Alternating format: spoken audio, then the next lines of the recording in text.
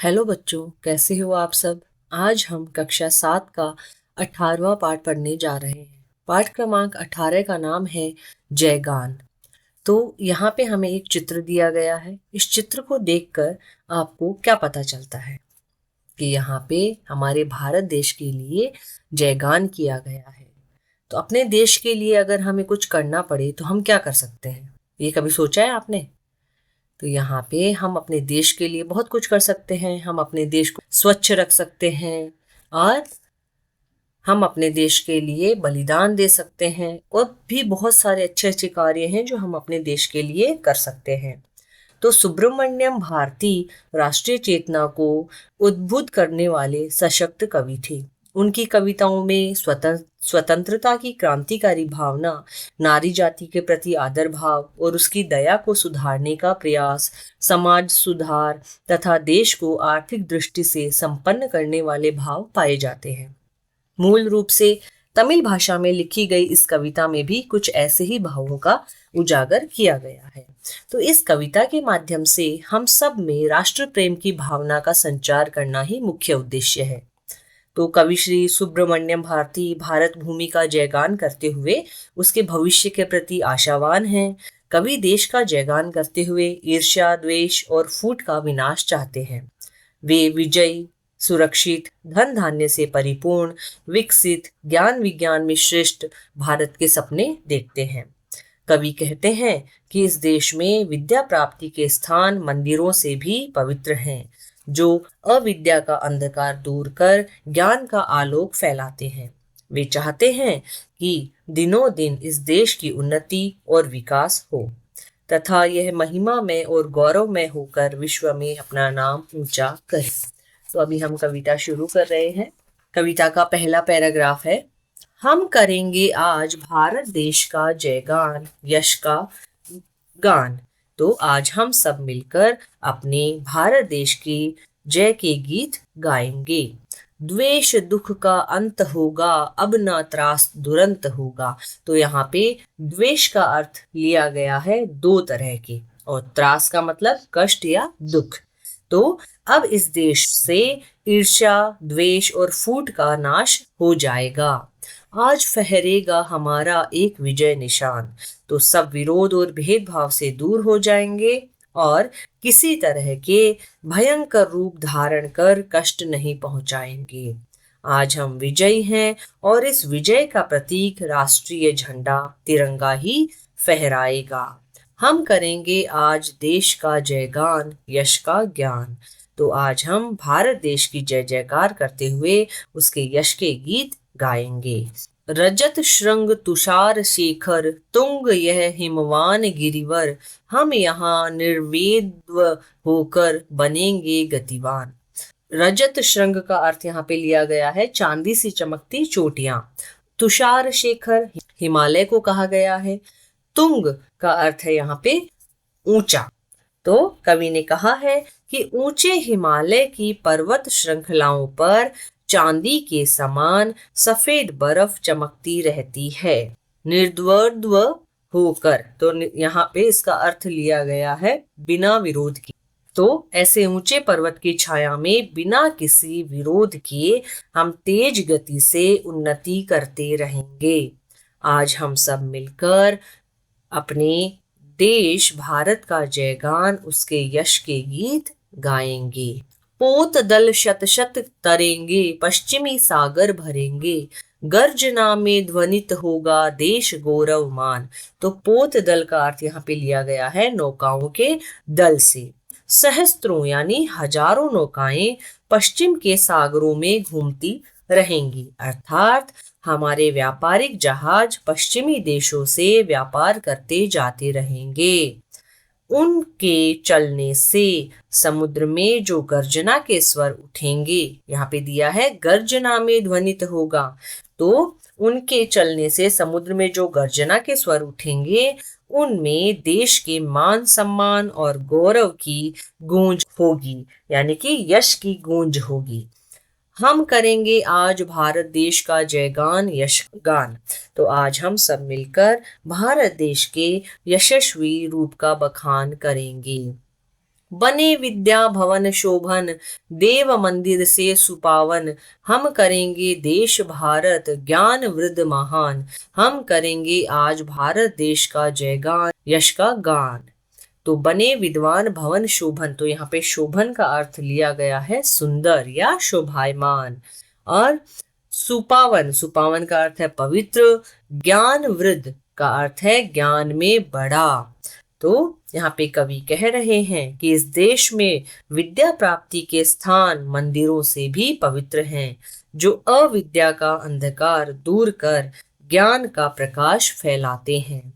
हम ज्ञान में वृद्ध अर्थात अनुभवी भारत देश को महान होने का गौरव देंगे। आज हम सब मिलकर भारत देश के यशस्वी रूप का बखान करेंगे। तो यहाँ पे हमारी कविता खत्म होती है। आगे हम बढ़ते हैं श्रुतलेख की तरफ।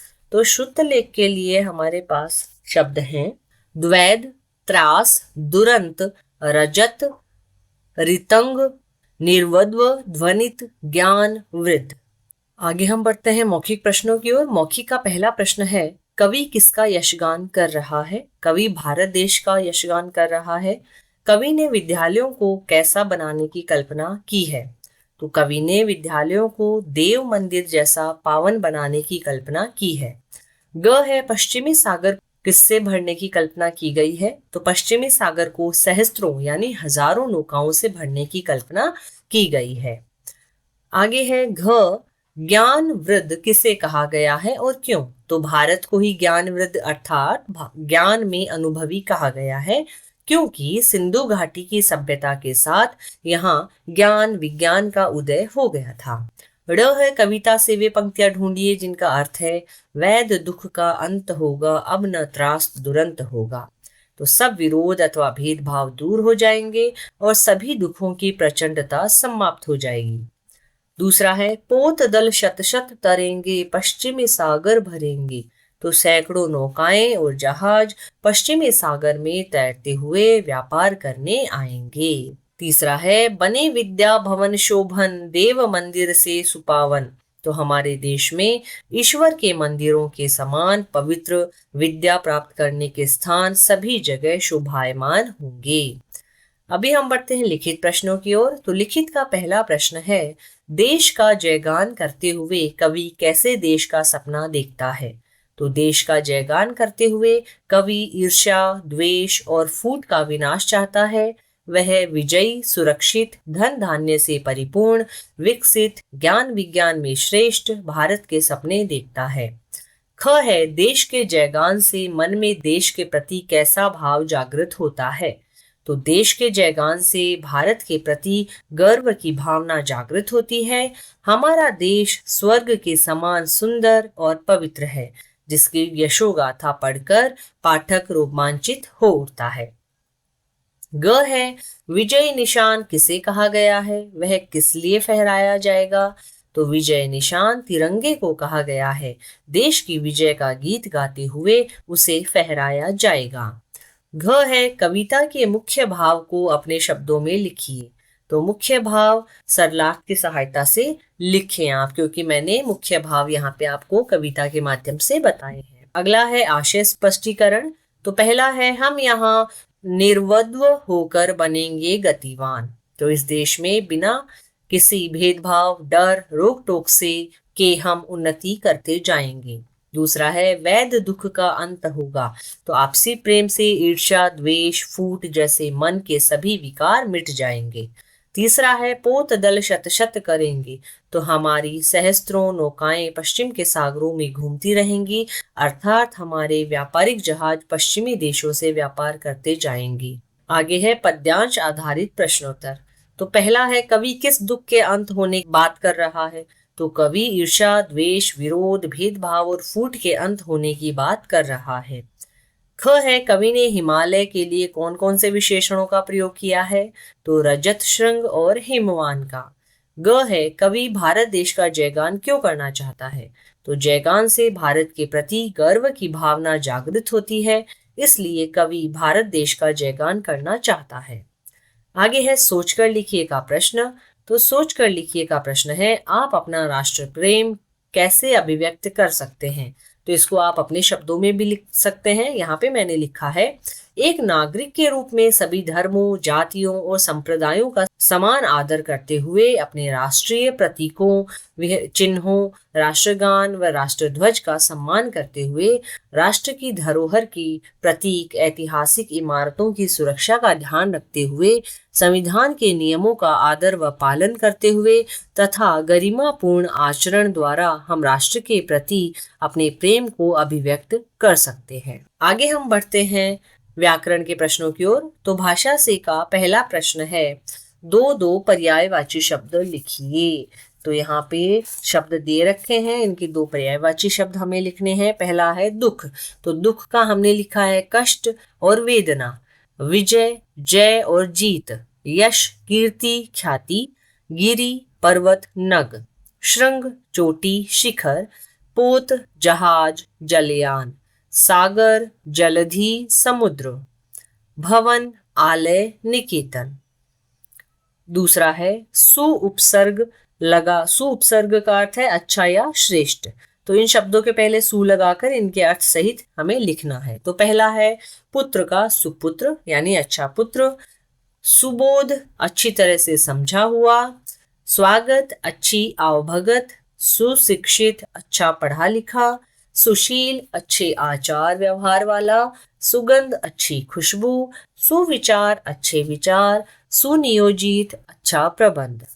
प्रश्न संख्या 3 है यहाँ पे कि वर्णों से शब्दों का निर्माण होता है, शब्द सार्थक होते हैं और सार्थक शब्दों का व्यवस्थित क्रम ही वाक्य कहलाता है। तो निम्नलिखित शब्दों का क्रम व्यवस्थित कर सार्थक वाक्य हमें बनाने हैं। तो पहला है करेंगे हम जयगान भारत देश का। तो इसका लिखा है हम भारत देश का जयगान करेंगे। दूसरा है कृपया मुझे दीजिए जाने आप। तो कृपया आप मुझे जाने दीजिए। तीसरा है आप जाते रोज कहाँ हो। तो आप रोज कहाँ जाते हैं। चौथा है पढ़ते तुम हो किस समय। तो तुम किस समय पढ़ते हो। पांचवा है होगा अंत का द्वेष दुख। तो द्वेष दुख का अंत होगा। छठा है थे श्री सुब्रमण्यम कवि भाषा के तमिल भारती। तो श्री सुब्रमण्यम भारती तमिल भाषा के कवि थे। तो यहाँ पे हमारे प्रश्न उत्तर समाप्त होते हैं। आशा है आपको कविता और उसके प्रश्न उत्तर अच्छे से समझ में आए होंगे। अगर कुछ भी डाउट है तो आप कमेंट बॉक्स में जरूर लिखें। धन्यवाद।